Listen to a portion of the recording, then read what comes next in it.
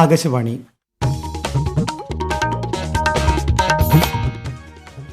നമസ്കാരം.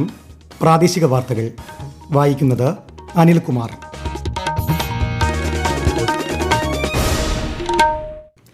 പ്രധാന വാർത്തകൾ.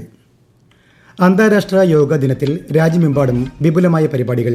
യോഗാഭ്യാസ പ്രകടനങ്ങളിൽ രാഷ്ട്രപതിയും പ്രധാനമന്ത്രിയും പങ്കെടുത്തു. യോഗദിന പരിപാടികളിൽ പങ്കുചേർന്ന വിദേശ രാജ്യങ്ങളും.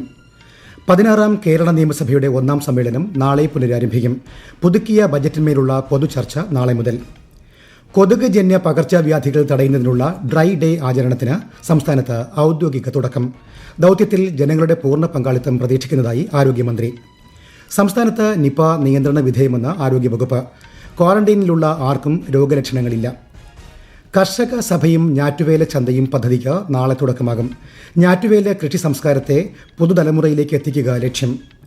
FIH നേഷൻസ് കപ്പ് വനിതാ ഹോക്കിയിൽ ഇന്ത്യയ്ക്ക് 2ാം കിരീടം. താരങ്ങളെ അഭിനന്ദിച്ച പ്രധാനമന്ത്രി നരേന്ദ്രമോദി. വാർത്തകൾ വിശദമായി. അന്താരാഷ്ട്ര യോഗ ദിനത്തിൽ രാജ്യമെമ്പാടും വിപുലമായ പരിപാടികൾ നടന്നു. നിരവധി പേരാണ് പ്രായഭേദമന്യേ യോഗ പ്രകടനങ്ങളിൽ പങ്കെടുത്തത്. കൊൽക്കത്തയിലെ റെഡ് റോഡിൽ നടന്ന പരിപാടിയിൽ പ്രധാനമന്ത്രി നരേന്ദ്രമോദി യോഗാഭ്യാസ പ്രകടനങ്ങൾക്ക് നേതൃത്വം നൽകി. ശാരീരിക ക്ഷേമം മുതൽ മാനസിക സമാധാനം വരെ ജീവിതത്തിന്റെ എല്ലാ മേഖലകളെയും യോഗ സമ്പന്നമാക്കുന്നുവെന്ന് അദ്ദേഹം പറഞ്ഞു. മധ്യപ്രദേശിലെ ജബൽപൂരിൽ സംഘടിപ്പിച്ച യോഗദിന പരിപാടിയിൽ രാഷ്ട്രപതി ദ്രൗപദി മുർമു മുഖ്യാതിഥിയായി. വിവിധ സംസ്ഥാനങ്ങളിലും കേന്ദ്രഭരണ പ്രദേശങ്ങളിലും നടന്ന യോഗ ആഘോഷങ്ങൾക്ക് കേന്ദ്ര സംസ്ഥാന മന്ത്രിമാർ നേതൃത്വം നൽകി. ഇന്ത്യയ്ക്ക് പുറമെ അമേരിക്ക, കാനഡ, ബ്രസീൽ, ഗൾഫ് രാജ്യങ്ങൾ എന്നിവിടങ്ങളിലും വിപുലമായ യോഗാ ദിനാഘോഷങ്ങൾ നടന്നു. 16ാം കേരള നിയമസഭയുടെ 1ാം സമ്മേളനം നാളെ പുനരാരംഭിക്കും. 2026-27 സാമ്പത്തിക വർഷത്തേക്കുള്ള പുതുക്കിയ ബജറ്റിനെക്കുറിച്ചുള്ള പൊതുചർച്ച നാളെ തുടങ്ങും. ഈ മാസം 24 വരെ 3 ദിവസമാണ് പൊതുചർച്ച. 25 മുതൽ 28 വരെ സഭ ചേരില്ല.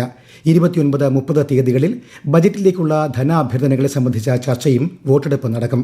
അടുത്ത മാസം 1-ന് ധനവിനിയോഗ ബിൽ പാസാക്കിയ ശേഷം 16ാം കേരള നിയമസഭയുടെ 1ാം സമ്മേളനം അവസാനിക്കും.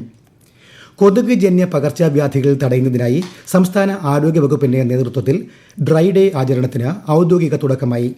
ആരോഗ്യമന്ത്രി കെ മുരളീധരൻ ഔദ്യോഗിക വസതിയിൽ ശുചീകരണ പ്രവർത്തനങ്ങൾ നടത്തിയാണ് ക്യാമ്പയിന് തുടക്കം കുറിച്ചത്. പൊതുജനങ്ങൾ ആരോഗ്യവകുപ്പിന്റെ നിർദ്ദേശങ്ങൾ പാലിച്ച് ഈ ദൌത്യത്തിൽ പങ്കാളികളാകണമെന്ന് അദ്ദേഹം പറഞ്ഞു.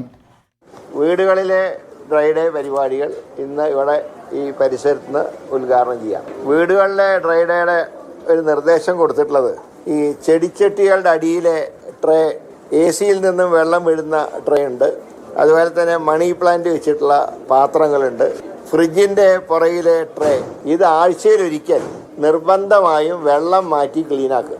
കൊതുക് വളരാനുള്ള സാഹചര്യങ്ങൾ പൂർണ്ണമായിട്ട് ഒഴിവാക്കാൻ വേണ്ടിയാണ്. അതുപോലെ ഉപയോഗിക്കാത്ത ഒരു ക്ലോസറ്റും കാര്യങ്ങളൊക്കെ ആഴ്ചയിലൊരിക്കലെങ്കിലും ക്ലീനാക്കണം എന്നാണ് ഈ ഡ്രൈ ഡേ കൊണ്ട് ഉദ്ദേശിക്കുന്നത്. കൊതുക് വഴി പടരുന്ന പകർച്ചവ്യാധികൾ തടയുന്നതിന് സംഘടിപ്പിക്കുന്ന ഡ്രൈ ഡേ സംബന്ധിച്ച മാർഗനിർദ്ദേശങ്ങൾ ആരോഗ്യവകുപ്പ് പുറത്തിറക്കി. വിശദാംശങ്ങളിലേക്ക്. സ്കൂളുകളിൽ വെള്ളിയാഴ്ചകളിലും ശനിയാഴ്ചകളിൽ സർക്കാർ ഓഫീസുകളിലും വീടുകളിൽ ഞായറാഴ്ചകളിലും എന്നിങ്ങനെയാണ് ഡ്രൈ ഡേ ക്രമീകരിച്ചിരിക്കുന്നത്. വീടിന് വെളിയിൽ കാണപ്പെടുന്ന ഉപയോഗശൂന്യമായ പാത്രങ്ങൾ, കളിപ്പാട്ടങ്ങൾ, ടയർ, ചിരട്ടകൾ തുടങ്ങിയവ വൃത്തിയാക്കി വെള്ളം വീഴാത്ത സ്ഥലങ്ങളിൽ സൂക്ഷിക്കേണ്ടതാണ്.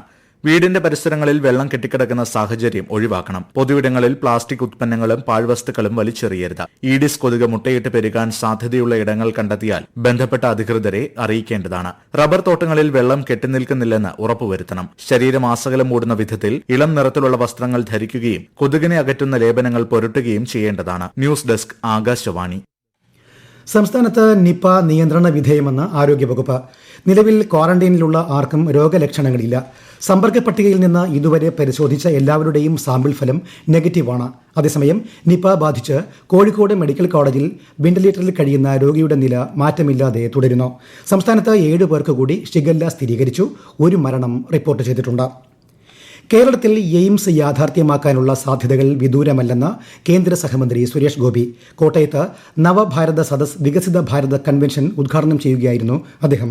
സംസ്ഥാന ബജറ്റിൽ എയിംസിനായുള്ള സാധ്യതകൾ പ്രഖ്യാപിച്ചത് ഇതിന്റെ സൂചനയാണെന്നും ശ്രീ സുരേഷ് ഗോപി പറഞ്ഞു. കൃഷിവകുപ്പിന്റെ ആഭിമുഖ്യത്തിൽ സംസ്ഥാനത്ത് നടപ്പാക്കുന്ന കർഷക സഭയും ഞാറ്റുവേല ചന്തയും പദ്ധതിക്ക് നാളെ തുടക്കമാകും. മന്ത്രി ടി സിദ്ദിഖ് തിരുവനന്തപുരം കല്ലിയൂർ ഗ്രാമപഞ്ചായത്തിൽ ഉദ്ഘാടനം നിർവഹിക്കും. കേരളത്തിന്റെ കാർഷിക പാരമ്പര്യത്തെയും ഞാറ്റുവേല അധിഷ്ഠിത കൃഷി സംസ്കാരത്തെയും പുതുതലമുറയിലേക്ക് പകർന്നു നൽകുന്നതിനൊപ്പം ഗുണമേന്മയുള്ള നടീൽ വസ്തുക്കൾ കർഷകർക്ക് ലഭ്യമാക്കുകയാണ് പദ്ധതിയുടെ ലക്ഷ്യം. ഓപ്പറേഷൻ തൂഫാനിൽ യാതൊരു വിട്ടുവീഴ്ചയും ഉണ്ടാവില്ലെന്ന് ആഭ്യന്തരമന്ത്രി Ramesh Chennithala. Ambulance, online food delivery തുടങ്ങിയവയുടെ മറവിൽ മയക്കുമരുന്ന് വിൽപ്പന തുടർന്നാൽ കർശന നടപടി സ്വീകരിക്കുമെന്ന് അദ്ദേഹം ആലപ്പുഴയിൽ വാർത്താസമ്മേളനത്തിൽ വ്യക്തമാക്കി. ഹരിപ്പാട് മെഡിക്കൽ കോളേജ് പൂർണ്ണമായും സർക്കാർ ഉടമസ്ഥതയിലുള്ളതായിരിക്കുമെന്നും DME നാളെ സന്ദർശനം നടത്തുമെന്നും ശ്രീ രമേശ് ചെന്നിത്തല അറിയിച്ചു. Reserve bank governor Sanjay Malhotra നാളെ കൊച്ചിയിലെത്തും. പാലാരിവട്ടം ദി റെനൈ കൊച്ചിൻ ഹോട്ടലിൽ രാവിലെ 9:30 ആരംഭിക്കുന്ന MSME സംരംഭകത്വ പരിപാടിയിൽ അദ്ദേഹം പങ്കെടുക്കും. ഈ വാർത്തകൾ ആകാശവാണിയിൽ നിന്ന്. ആകാശവാണി വാർത്തകളും വാർത്താ അധിഷ്ഠിത പരിപാടികളും All India radio news Thiruvananthapuram YouTube ചാനലിലും @all India radio news Thiruvananthapuram Facebook പേജിലും AIR ന്യൂസ് _തിരുവനന്തപുരം ഇൻസ്റ്റഗ്രാം അക്കൌണ്ടിലും @AIR ന്യൂസ് _TVM X ഹാൻഡിലും ലഭ്യമാണ്. തമിഴ്നാട്ടിലെ തിരുവള്ളൂരിൽ പെരിയപാളയത്തിന് സമീപമുള്ള സീഫുഡ് ഫാക്ടറിയിൽ അമോണിയ വാതകം ചോർന്ന് 6 മരണം. ചികിത്സയിൽ കഴിയുന്ന നിരവധി പേരുടെ നില ഗുരുതരമാണ്. സംഭവത്തെക്കുറിച്ച് അടിയന്തര അന്വേഷണത്തിന് തമിഴ്നാട് സർക്കാർ ഉത്തരവിട്ടു. തമിഴ്നാട്, മാഹി, കാരയ്ക്കൽ, കർണാടകയുടെ തീരപ്രദേശങ്ങൾ, പുതുച്ചേരി എന്നിവിടങ്ങളിൽ മറ്റന്നാൾ വരെ അതിശക്തമായ മഴ ലഭിക്കുമെന്ന് കേന്ദ്ര കാലാവസ്ഥാ വകുപ്പ്. സിക്കിം, പശ്ചിമബംഗാളിന്റെ ഉത്തരമേഖലകൾ എന്നിവിടങ്ങളിൽ ചുവപ്പ് ജാഗ്രതയാണ്. അതേസമയം കേരളത്തിൽ വ്യാപക മഴ തുടരും. 8 ജില്ലകളിലും ലക്ഷദ്വീപിലും ഇന്ന് മഞ്ഞ ജാഗ്രതയാണ്. മോശം കാലാവസ്ഥയെ തുടർന്ന് കേരള, കർണാടക, ലക്ഷദ്വീപ് തീരങ്ങളിൽ നാളെ വരെ മത്സ്യബന്ധനത്തിന് വിലക്കേർപ്പെടുത്തി. കണ്ണൂർ രാജ്യാന്തര വിമാനത്താവളം വഴി ഹജ്ജിന് പോയ തീർത്ഥാടകരുടെ മടക്കയാത്ര ഇന്ന് ആരംഭിക്കും. ഇന്ന് രാത്രി ആദ്യ വിമാനം എത്തും. കൂടുതൽ വിവരങ്ങളുമായി ആകാശവാണി കണ്ണൂർ ജില്ലാ പ്രതിനിധി KO ശശിധരൻ. മദീനയിൽ നിന്ന് ഫ്ലൈ അദീൽ എയർലൈൻസിന്റെ വിമാനം രാത്രി 11:30യോടെയാണ് കണ്ണൂരിലെത്തുക. കണ്ണൂർ വിമാനത്താവളത്തിൽ ഹജ്ജ് കമ്മിറ്റിയുടെ നേതൃത്വത്തിൽ ഹാജിമാർക്ക് സ്വീകരണം ഒരുക്കുന്നുണ്ട്. ജൂലൈ 1 വരെ 13 സർവീസുകളാണ് മദീനയിൽ നിന്ന് കണ്ണൂരിലേക്ക് ഉണ്ടാവുക. ഓരോ വിമാനത്തിലും 350 വരെ യാത്രക്കാരുണ്ടാകും. 28-ന് 3 സർവീസുകളും 30-നും ജൂലൈ 1-നും 2 വീതം സർവീസുകളും ഷെഡ്യൂൾ ചെയ്തിട്ടുണ്ട്. ജൂലൈ 1-ന് പുലർച്ചെ 4-നാണ് അവസാന സർവീസ്. കണ്ണൂർ രാജ്യാന്തര വിമാനത്താവളം വഴി ഇത്തവണ 4519 പേരാണ് ഹജ്ജിന് പോയത്. FIH നേഷൻസ് കപ്പ് വനിതാ ഹോക്കിയിൽ ഇന്ത്യയ്ക്ക് 2ാം കിരീടം. ആതിഥേയരായ ന്യൂസിലൻഡിനെ എതിരില്ലാത്ത 2 ഗോളുകൾക്ക് തകർത്താണ് ഇന്ത്യൻ വനിതകൾ കിരീടം നേടിയത്. ഈ വിജയത്തോടെ വനിതാ പ്രോ ലീഗിലേക്കും ഇന്ത്യ യോഗ്യത നേടി. കിരീട നേട്ടത്തിൽ പ്രധാനമന്ത്രി നരേന്ദ്രമോദി ടീം അംഗങ്ങളെ അഭിനന്ദിച്ചു. ത്രിരാഷ്ട്ര സീരീസ് പുരുഷ ക്രിക്കറ്റ് കിരീടം ഇന്ത്യ എക്ക്. ഫൈനലിൽ ശ്രീലങ്കയെ 66 റണ്ണിന് പരാജയപ്പെടുത്തി. നേരത്തെ ടോസ് നഷ്ടപ്പെട്ട് ബാറ്റിംഗിനിറങ്ങിയ ഇന്ത്യ നിശ്ചിത ഓവറിൽ 9 വിക്കറ്റ് നഷ്ടത്തിൽ 377 റൺ നേടിയിരുന്നു. വൈഭവ് സൂര്യവംശി 94 റൺ നേടി.